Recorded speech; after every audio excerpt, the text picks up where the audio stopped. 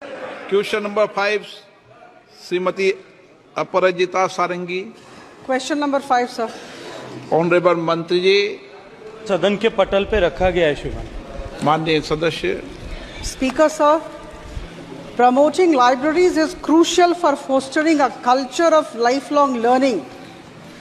National Mission on Libraries was formulated by the central government in 2014.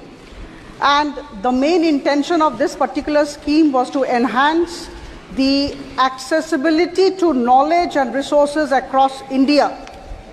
Since 2014, the year in which this scheme was grounded, till today, we would like to know as to what kind of initiatives have been taken by the Government of India, the Ministry of Culture, to raise awareness among the people regarding the benefits of the scheme, and what is the nature of the community engagement and the community outreach.